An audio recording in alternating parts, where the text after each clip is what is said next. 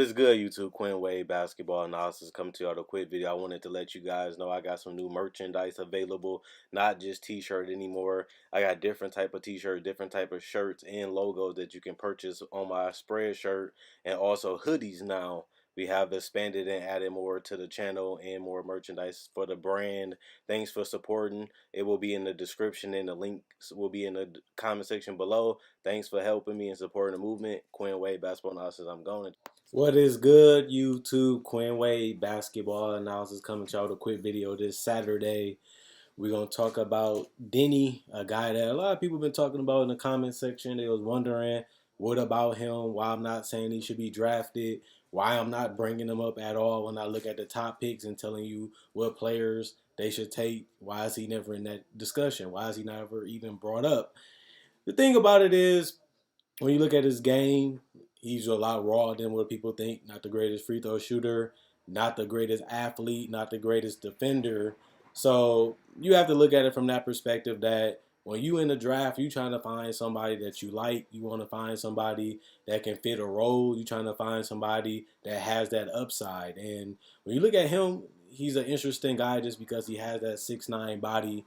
He has shown the ability to be a playmaker, finding cutters, finding open shooters, being able to get to those spots and use his craftiness to finish. He's a smart, high IQ player. I don't hear a lot of people saying that about him, but he is. He understands the game. He can see the game in a way a lot of other players don't.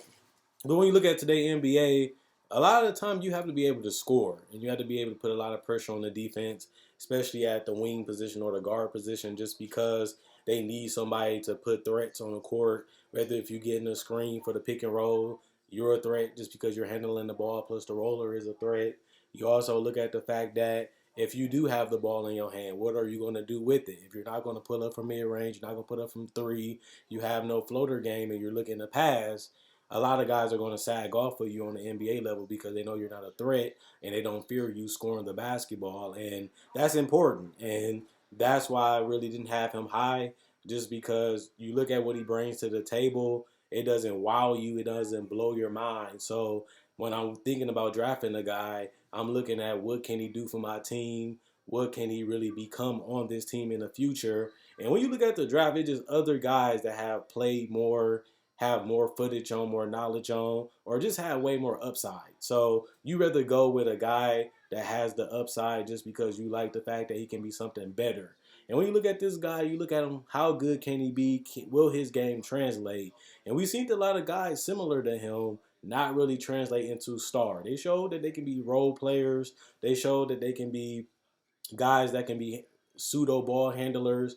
And he has shown the ability to break down defenses, get to the basket, and he shows that he's not afraid to take threes. Now, can he do that consistently in the league? Can he find a team that's willing to take that chance to invest into him so he can become something special? We've seen a lot of guys around his height, around his size, and those guys haven't really panned out in the NBA. And even if they do, you really risking a gamble on him where you can gamble on somebody you have more knowledge on.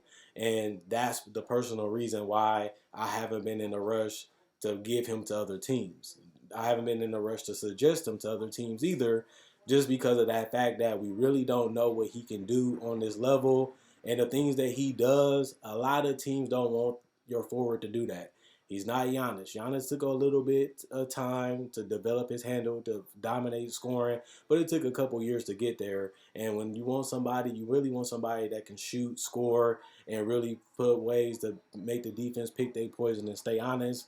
And he's a guy that you can get a ball in his hands and he can make things happen and he can do things for you. But when you look, and I've been telling this to people just to keep it real with you, that when you look at a lot of the teams that's in that lottery, a lot of teams don't need a 6'9" forward. They really just don't, especially a guy that really doesn't have the strength and the size to play the power forward position, really doesn't have the athleticism to protect the rim. He doesn't really have the finishing ability and the handle ability to be elite at those things to make him be a guy that you trust with the ball and you want to run your offense through. Now, what I will say is he is a young player. He is going to develop. He is going to get better if he does decide to get drafted and stay in the NBA. But when I look at a lot of teams, who is really going to take that chance? You look at Minnesota, they got Towns, they can use a guy like him, but they had Dario Saric, and he didn't really work out that well for them, I believe. You look at the fact that the Hawks, do they need another guy? No, they want Trae Young to have the ball in his hands. And if they did, they have other guys that can already knock down shots at that position. And even then, they have John Collins, who is a perfect fit so far offensively with Trae Young already. And then you look at Golden State. They're looking to fill out the rest of their roster. It would give them a different look. But when you look at their record and you look at their position possibly in the draft, I wouldn't take a gamble on him when there's better guys that will be available at that point, considering that they had the worst record in the NBA. And then you look at the Knicks. They have a lot of players already on this roster that they still haven't been able to fix, fit, or do anything with, and a lot of them have looked like busts. Do they need another guy that has upside but can't really produce right away? I don't think that they should look for a guy like that. Plus, I like a lot of their guys better than him currently. And then you look at Isaac Okoro. You look at the Bulls. You look at the Charlotte Hornets. You look at Washington Wizards.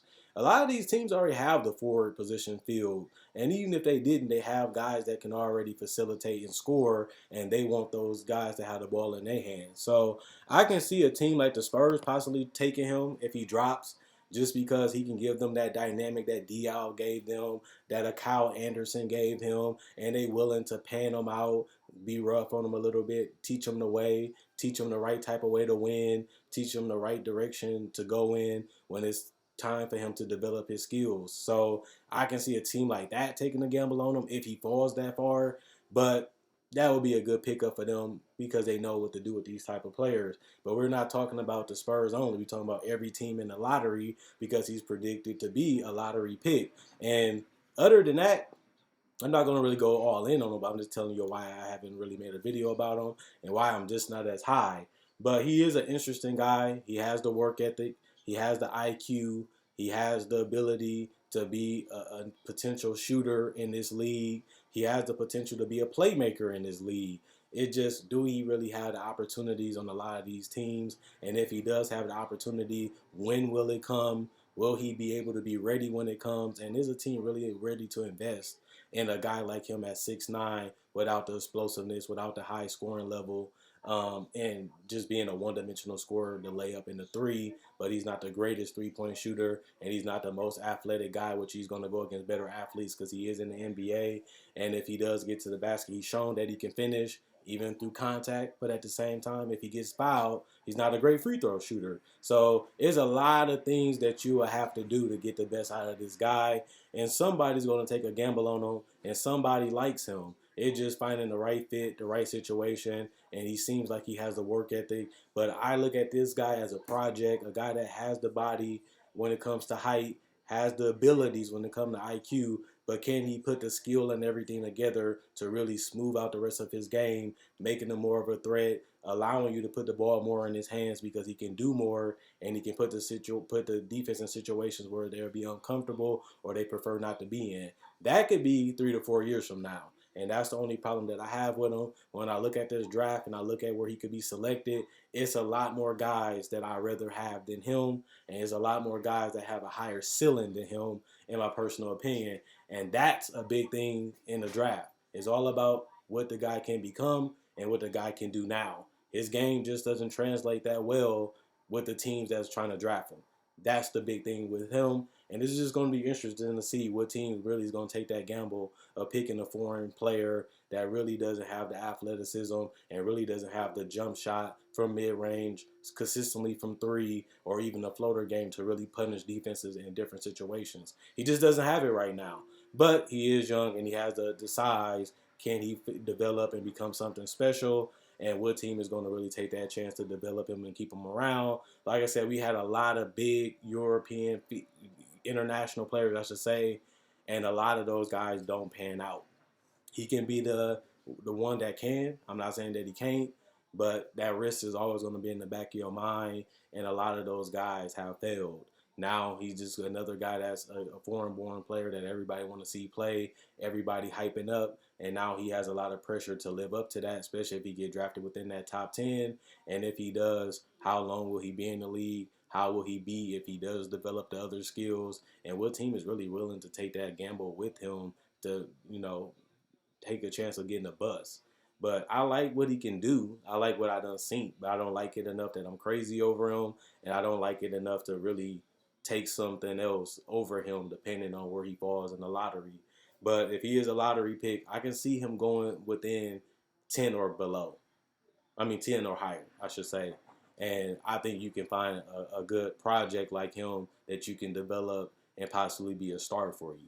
But when I look at the top 10 and beneath or lower, I like a lot of guys better, and I like a lot of guys upside a little better than him, and that's why I haven't been as high on him. If you disagree, let me know what you guys feel in the comment section. I love reading you guys' comments.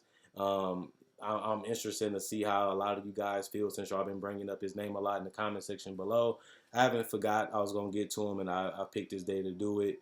And let me know what his career. Can he be a star? Will he be a role player? Will he be a franchise player? Is I'm just sleeping on him?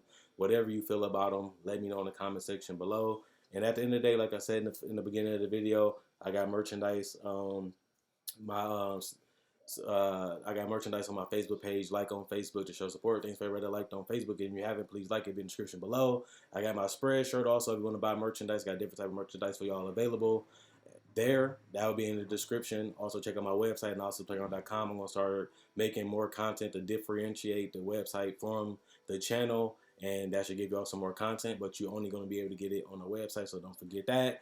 And also subscribe. So if you like videos just like this, I do break down footage of rookies and players. So if you like the talks and the discussions and you like breakdowns, I do cover the playoffs. I do cover free agency, trade deadline, season previews, top 10 lists. I even do summer league and the draft. So if you love NBA and you love a lot of content, I make a video every single day. So this should be able to fill you. This should be able to fix you. Subscribe, become part of the family, and let me know what you guys think about this, guys. I'm wrong on them, is I'm right, is I'm crazy, is I'm sleeping on them. I'm willing to hear it, and I'll read every comment. So let me know in the comment section below. I'm gone.